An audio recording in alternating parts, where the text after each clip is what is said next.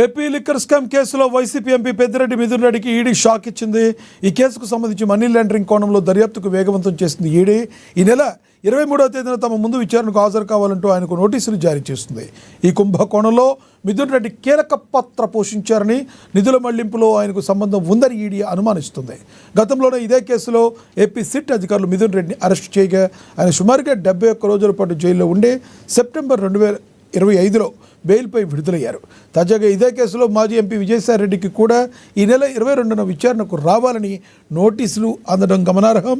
ప్రస్తుతం మిథున్ రెడ్డికి ఈడీ నోటీసులు అందడం ఏపీ రాజకీయాల్లో పెను సంచలనంగా మారింది.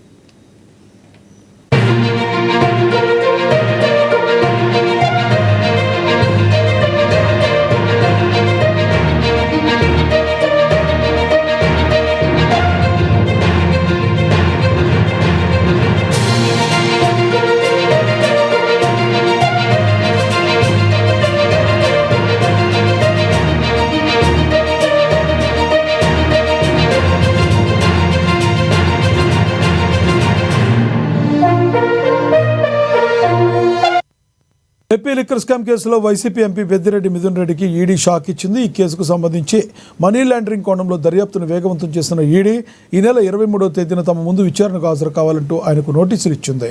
ఈ కుంభకోణంలో మిథున్ రెడ్డి కీలక పాత్ర పోషించారని, నిధుల మళ్లింపులో ఆయనకు సంబంధం ఉందని ఈడీ అనుమానిస్తుంది. గతంలోనే ఇదే కేసులో ఏపీ సిట్ అధికారులు మిథున్ రెడ్డిని అరెస్టు చేయగా ఆయన సుమారుగా 71 రోజుల పాటు జైల్లో ఉండి సెప్టెంబర్ 2025లో బెయిల్పై విడుదలయ్యారు. తాజాగా ఇదే కేసులో మాజీ ఎంపీ విజయసాయిరెడ్డికి కూడా ఈ నెల 22న విచారణకు రావాలని నోటీసులు అందయ్యాయి.